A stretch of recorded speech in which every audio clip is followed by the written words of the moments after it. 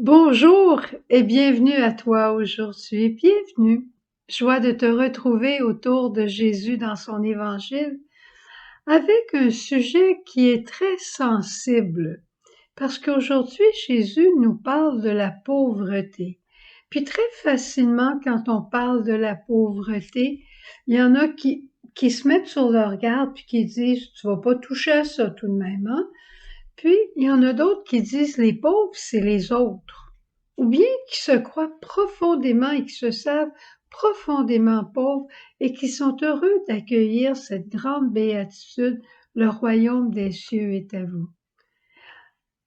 Quel que soit notre premier mouvement, je dirais, devant cette annonce de la pauvreté ou cette béatitude de la pauvreté, essayons de garder nos cœurs ouverts aujourd'hui. Demandons à Marie de garder nos cœurs ouverts, un peu comme si Seigneur disait, voici que je me tiens à ta porte et que je frappe. Si tu entends ma voix et si tu m'ouvres, j'entrerai chez toi, je souperai avec toi et on en parlera.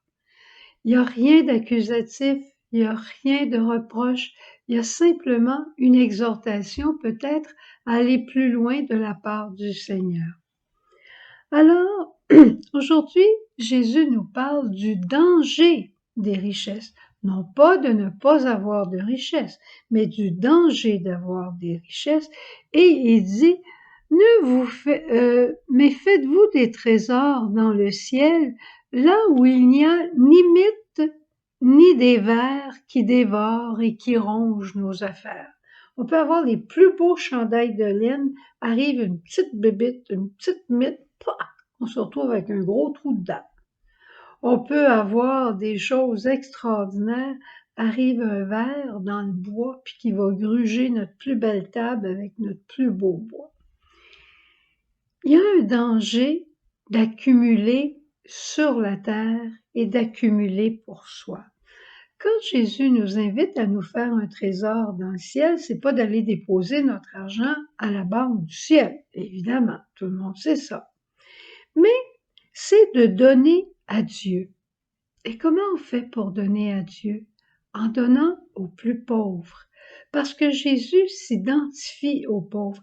Et regarde dans une belle lettre que le pape François a écrite pas plus tard qu'il y a 2 jours, qui s'appelle « Les pauvres sont un sacrement du Christ », en faisant référence à Marie-Madeleine qui avait versé un parfum de grand prix sur les pieds de Jésus quand il était entré chez Simon pour le repas. Jésus savait que sa mort était très proche et ce geste-là a été un geste que Jésus a accueilli dans toute la sensibilité de son être humain.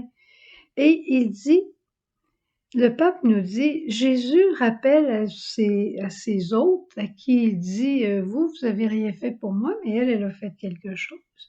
Il leur rappelle que le premier pauvre, c'est lui, le plus pauvre parmi les pauvres parce qu'il les représente tous. Écoute bien ça. C'est au nom des pauvres, des personnes seules, des personnes marginalisées, discriminées, que Dieu, Jésus, le Fils de Dieu, accepte le geste de cette femme. C'est quelque chose, hein? C'est magnifique. Et Jésus continue dans l'évangile d'aujourd'hui en nous faisant 4 recommandations pour vivre cette béatitude. La première, c'est de ne pas cumuler.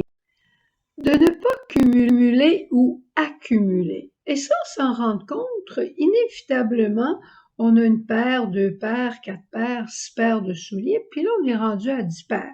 Mais on n'a pas besoin de tout ça. Alors, qu'est-ce qu'il faut faire? Ne plus en avoir? Mais non, il faut partager. C'est ça qui nous empêche d'accumuler, c'est de partager régulièrement, de faire le tour de son garde-robe. Pas faire le tour de son garde-robe, donner ce qu'on n'aime pas pour pouvoir s'en acheter d'autres. C'est pas ça dans la pensée de Dieu. On peut le faire pour se donner bonne conscience, mais ça donne absolument rien. Mais on se dit, j'en ai trop, je vais en partager 4 c'est suffisant. J'ai pas besoin d'en avoir 5, 6, mais au cours de l'année, j'en ai reçu en cadeau, je m'en suis acheté un morceau à vendre, ainsi de suite. C'est la même chose aussi pour notre temps. On peut avoir beaucoup de temps pour soi. Est-ce qu'on a du temps pour les autres? Ou faut toujours que ce soit envers nous que tout le monde soit tourné? Est-ce qu'on peut être tourné vers les autres? Certainement, toi comme moi, on peut dire oui. J'ai du temps pour moi et je suis contente quand les gens aussi se tournent vers moi, mais je pourrais me tourner beaucoup plus vers les autres. Et ça, c'est un regard juste et équilibré sur l'Évangile. Et c'est dans ce sens-là qu'on a tous une conversion à vivre. Et, et le pape, en continuant dans sa lettre, il dit, le fait de suivre le Christ nécessite une conversion continue, qui consiste avant tout à ouvrir notre cœur afin de connaître les multiples expressions de pauvreté et de manifester le royaume de Dieu par un mode de vie cohérent avec la foi que nous professons.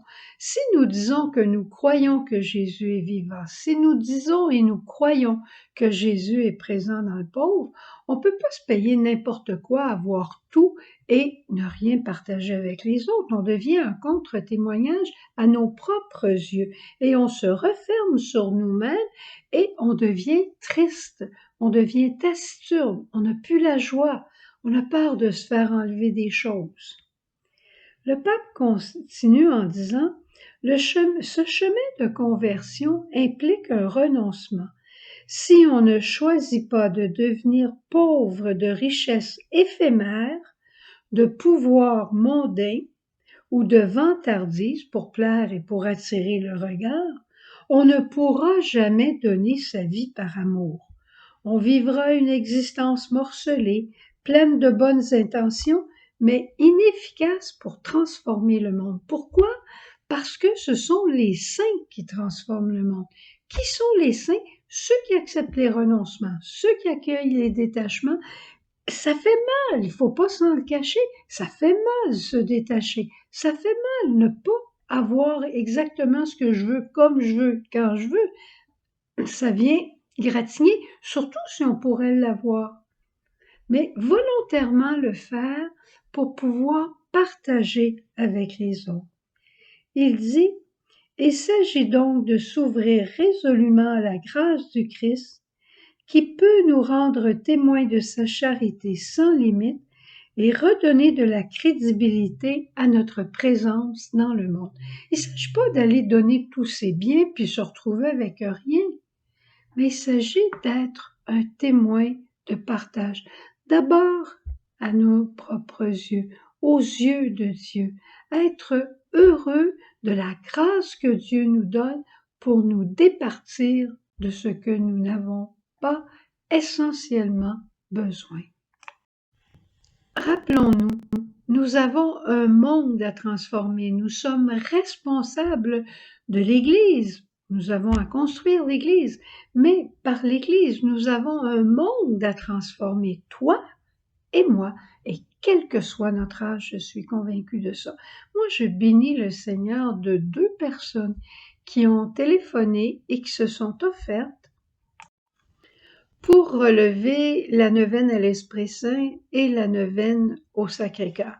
Et pourquoi ces personnes relèvent les messages lumière sur ce sujet-là? Pour qu'on puisse le partager avec d'autres, qu'on puisse le partager aux missions.